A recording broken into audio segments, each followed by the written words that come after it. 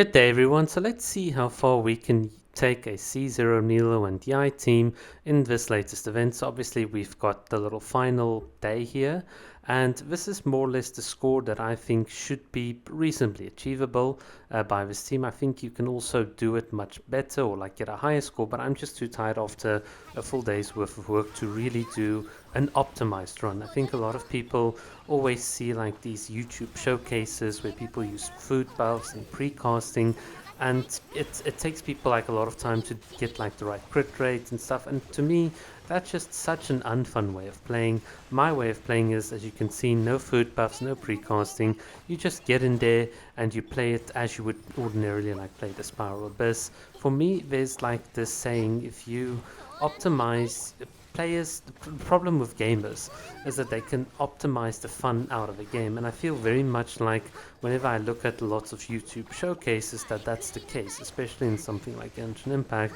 So for me, that's not really as much fun. What's more fun is to see how did someone deal with a scenario. How did you handle the electric cage? Did you iframe the ticks on the electric cage? Did you manage your aura on the enemy to get the maximum bloom damage? These are the techniques to playing is much more interesting for me than just having some sort of gimmicky nuke set up and boom, there you go, you've got a like high score. I feel like very often when people use gimmicks and gimmicky characters, it kind of takes away the fun of the game. So you can see here I immediately start the Abyss, even though my other cooldowns might not have reset, although I do think they are in this case. But just this continuity, this way of playing is just more exciting because it's more volatile, it's less scripted, and I think that is for me what's so much fun about Genshin Impact and what I try to do on my account.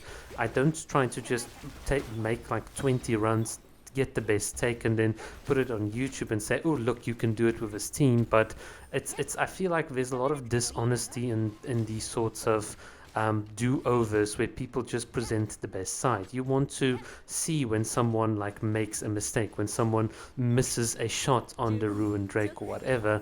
I mean, because this is just how people ordinarily play, and that's what I kind of love doing.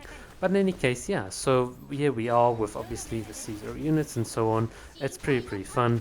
And for me, the best part about all of this is that I can use units that I really like. So for those of you that saw my community post, I made a bit of a jab at Xiangling, and obviously people don't take too kindly to stuff like that, but that is kind of the entire point. On my alt account, you can clearly see that I invested very differently from other people. Most people would have obviously have Kazuha, obviously have Ganyu, obviously have Hu Tao. I do not have those units. I do not have Zhongli. There are so many units I do not have on my alt account, but I do have all of my favorite units, and I can beat all these Spiral Abysses. I can even show it. I've got a record of 36 starring everything on this alt account here. And that to me is just what Genshin's all about, having fun with the characters you like and you want to play with. And even if you get something like the current Spiral Abyss, where seemingly it's a Xiangling Abyss on the second halves, you kind of like play enough to see that, well, you don't need that pyro from Xiangling. If you have Klee on your account, you can be very good. If you're very good with Klee, you can very easily take care of that floor. You could use Gene Sunfire, you can use like Hyper Bloom or Spread variation with an Animo unit.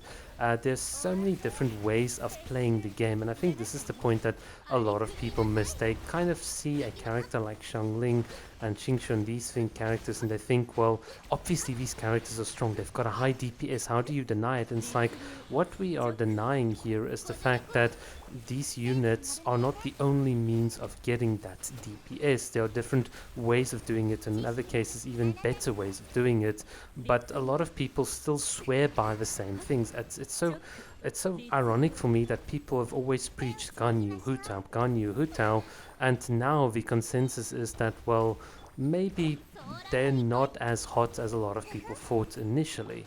And the same is also happening with Xiangling. The more and more characters and variations and situations we get, the less she's going to be good at. So people want to quote the situation she is good at, but they often ignore situations, for instance, like this, where the enemies are up in the air and you literally can't hit them with Pyronado.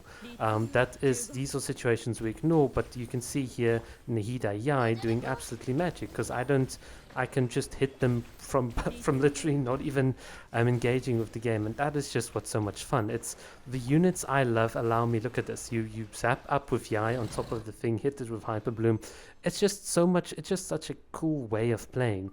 But a lot of people just miss this because, well, we have to do Xiangling. We have to you preach what all the popular content creators and everyone else preaches, and it's just like Genshin is a single target player game. Play with the units you love, and that's what I love doing, and that's exactly what I love showcasing here. Could I get a better score? Yes. Could I do so much better? Could I have better artifacts? Whatever. I could. There are so many things that could be better, but at the end of the day, what really matters for me is, do I enjoy my waifu characters? And that's it. Nothing else.